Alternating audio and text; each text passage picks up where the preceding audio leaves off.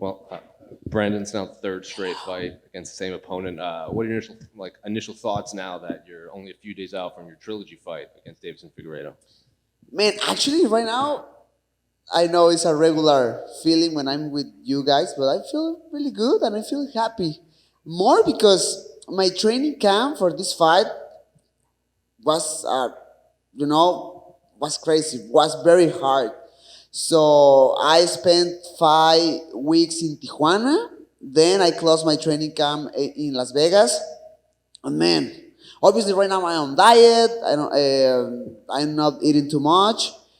But man, I'm just so happy to put end of this and start to move my career, right? So man, I'm enjoying this.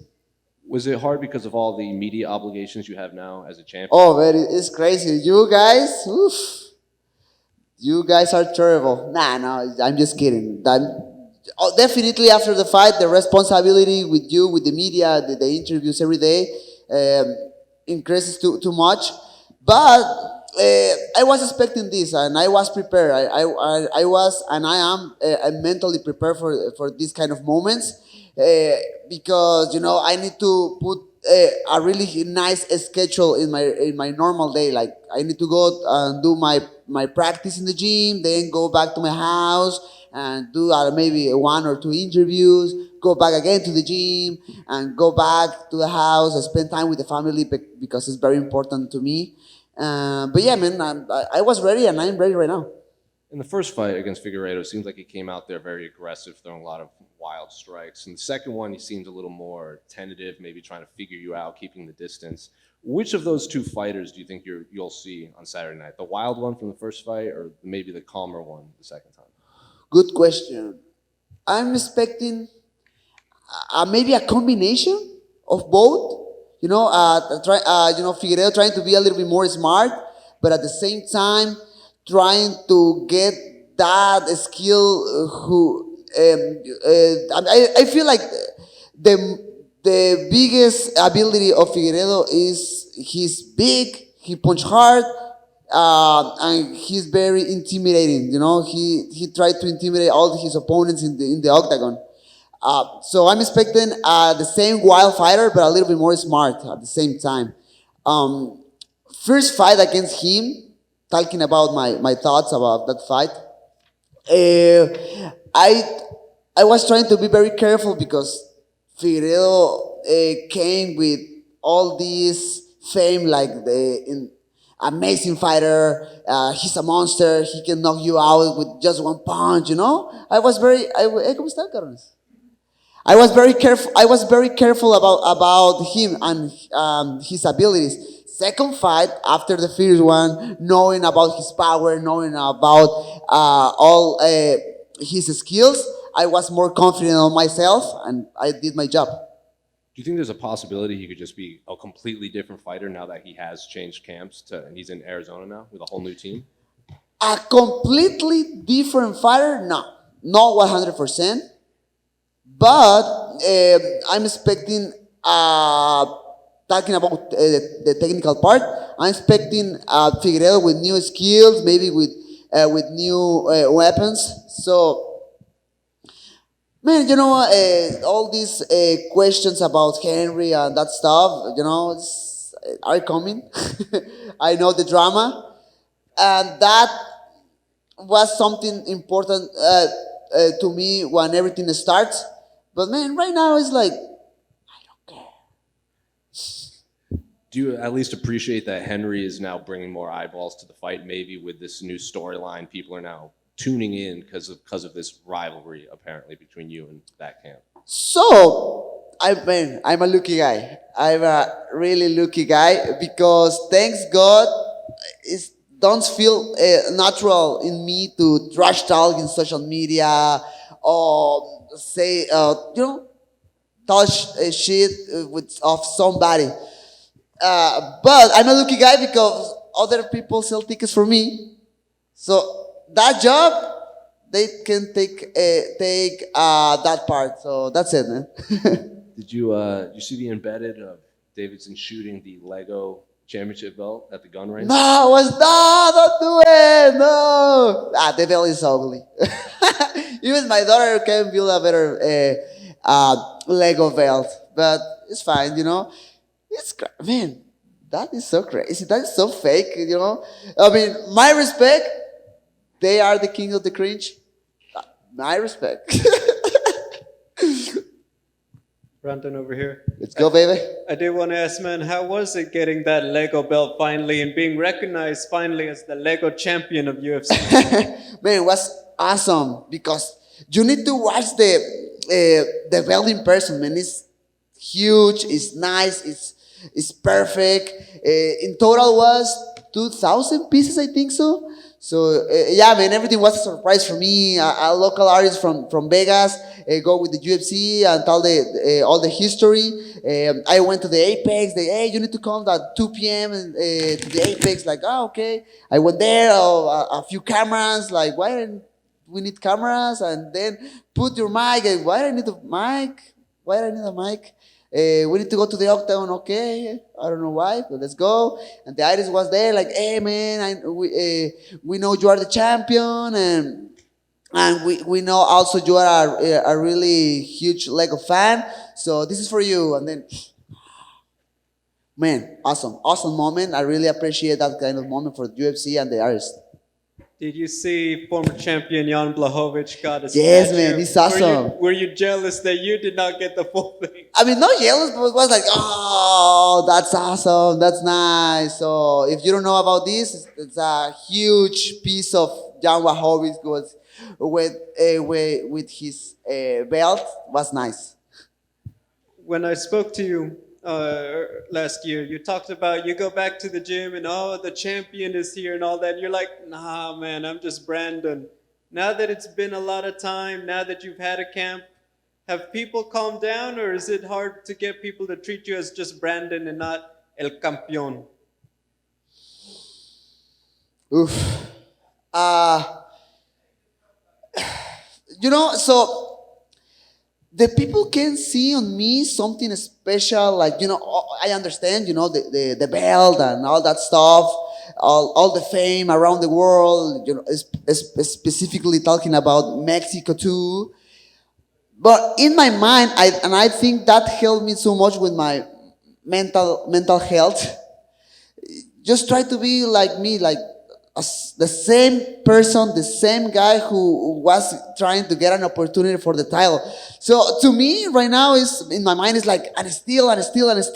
But my mindset is like, fucking anew, man. Like, it's the same, man. I want to be the champion always. And I'm working so hard every single day for that. Hola, Brandon. Desde Ecuador, Fuerza, Ecuador. Vamos, Michael. Buscándote a ti y a Michael, quiero saber cuál es tu fortaleza, no solamente tu base, tu disciplina, ¿no? Por la que has llegado acá. ¿Cuál es tu fortaleza? Y de acuerdo a lo que tú me contestes, quiero saber en qué te has fortalecido al entrenar con una legión de ecuatorianos en Entran Gym, que es una potencia verdaderamente ahora en Tijuana. Te has nutrido tal vez del jiu-jitsu, la lucha, de estas disciplinas de los ecuatorianos. Y espero que no te pongas celoso porque yo sé que eres el protagonista, pero ¿qué podemos esperar de Michael Morales en las preliminares de UFC 270? Tal vez va a ganar en el primer asalto. ¿Cómo lo ves tú? Bien, hermano, pues la verdad es que yo personalmente estoy muy contento de que pues todos estos peleadores ecuatorianos hayan llegado al equipo, porque definitivamente aportaron mucho, ¿no? Entiendo el hecho de que, por ejemplo, peleadores fuera de México, peleadores de Latinoamérica ya entran como un referente y un lugar donde pueden evolucionar sus habilidades para llegar un día a UFC, como lo acaba de hacer Michael. Pero también una de las cosas fuertes que hace al equipo muy fuerte es que también utilizamos la experiencia y las habilidades que traen los diferentes atletas. Y eso es lo que hizo Michael, Aarón, César, otros peleadores ecuatorianos que están ahí en Entram entrenando bien duro. Y nada, yo estoy bien contento por Michael, ¿no? Mira hasta dónde ha llegado. Llegó a Entram y en algunos meses consiguió la oportunidad en el Contender Series y después saltó a la UFC. Eso me pone bien contento por él. Creo que va a ser una muy buena noche para él, porque él es una persona muy atlética. Él es un atleta nato y creo que también tiene la mentalidad correcta y eso le va a ayudar mucho este sábado. Mi fortaleza mental.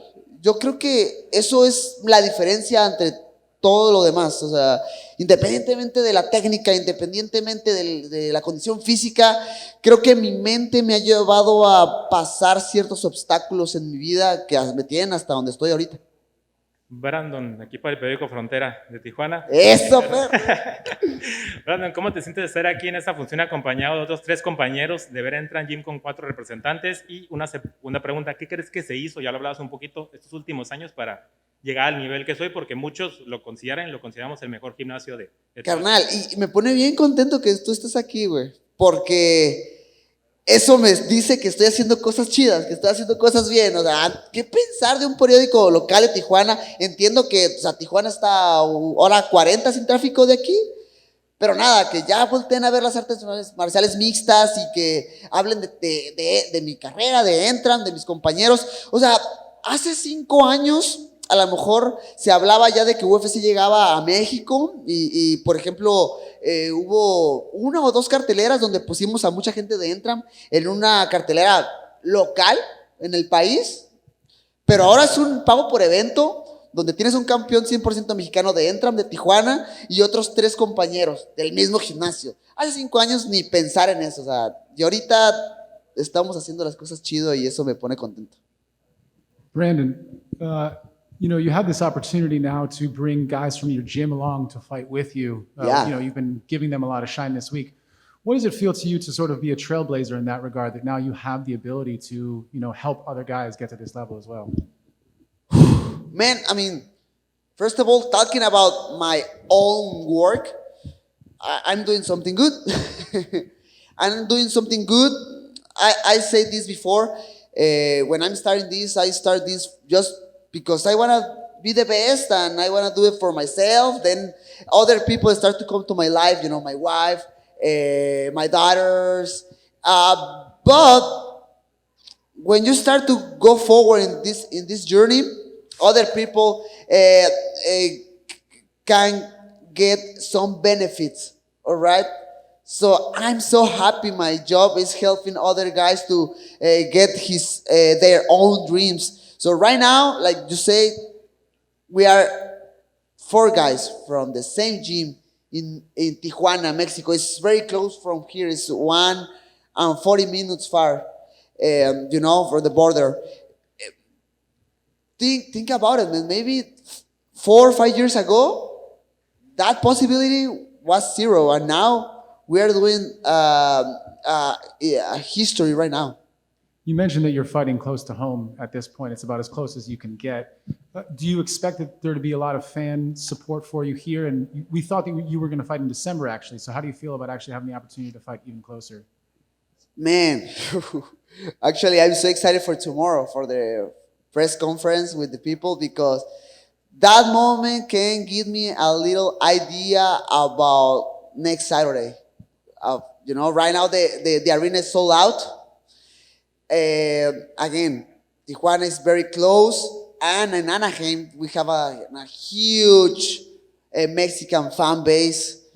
Oh man, I'm just waiting for those moments.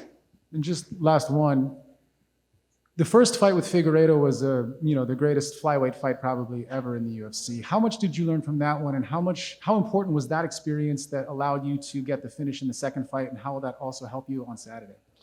Man, like I said before, the first fight against Figueiredo, I was very careful because Figueiredo was doing an amazing job before with their other opponents.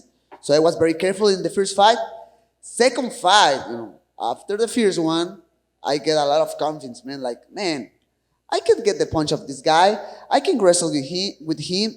I can do some grappling with him. Like, I can go to the ground with this guy.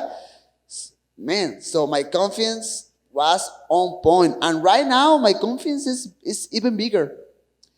Again, I know this drama. He changed all his training camp, and I feel like he need to do that, because if he was doing the same thing for this fight, I mean, we already know the result of the fight.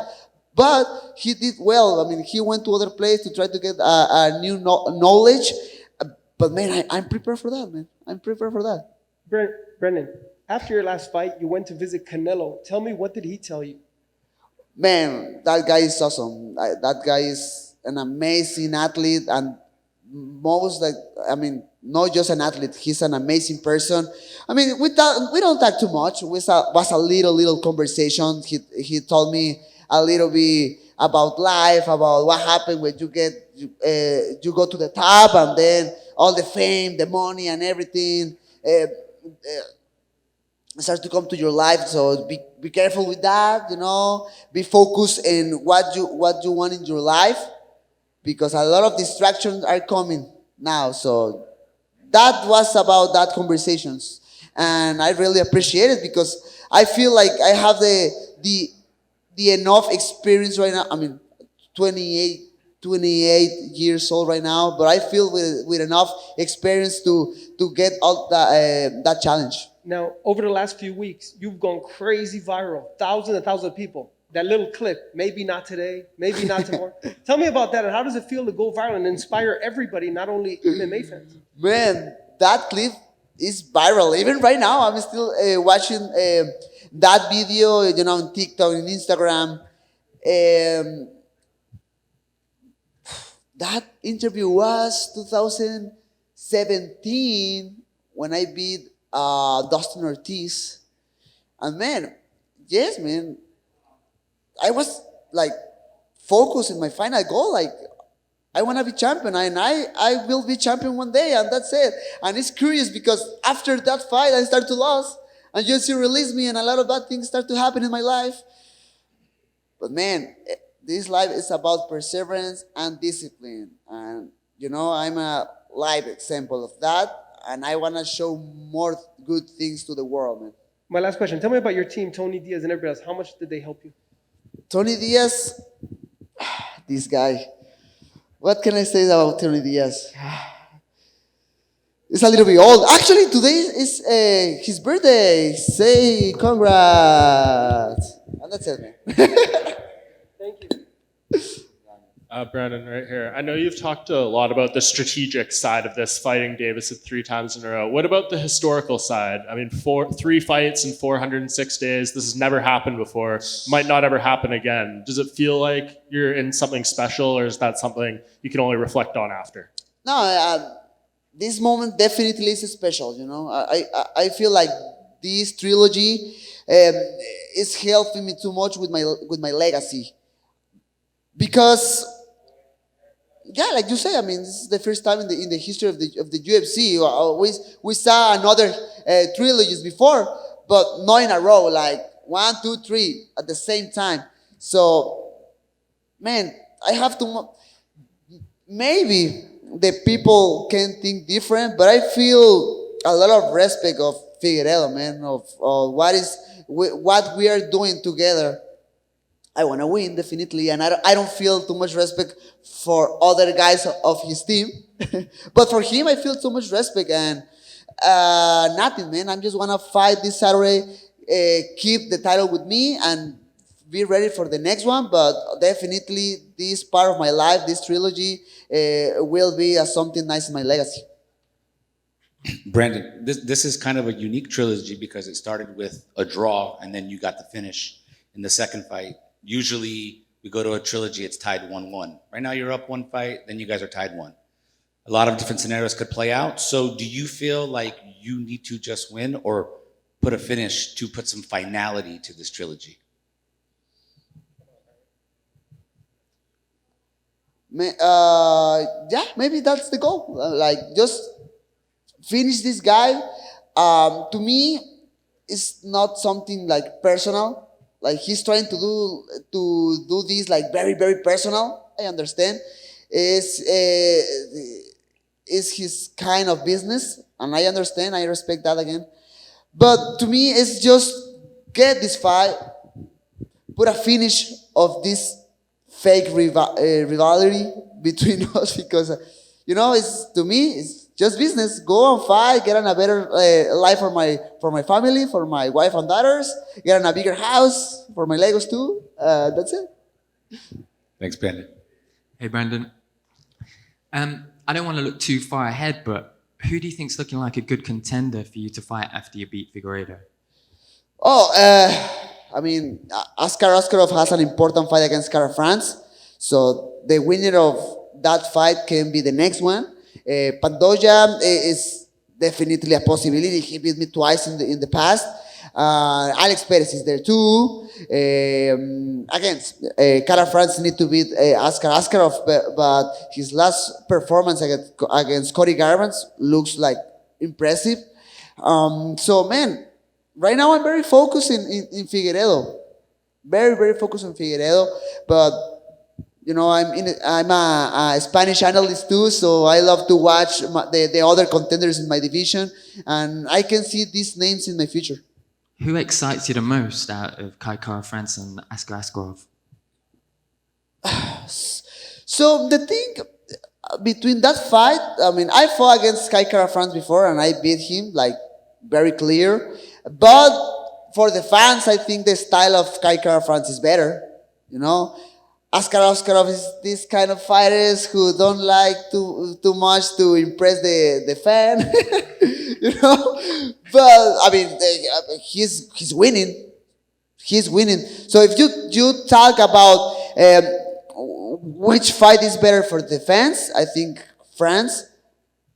But I think Askarov is better for my legacy. So my personal thoughts. So that's it. Thank you. Good luck this Saturday. Awesome, mate. bro. Thank you. Yoo-hoo! Let's go, guys. See you.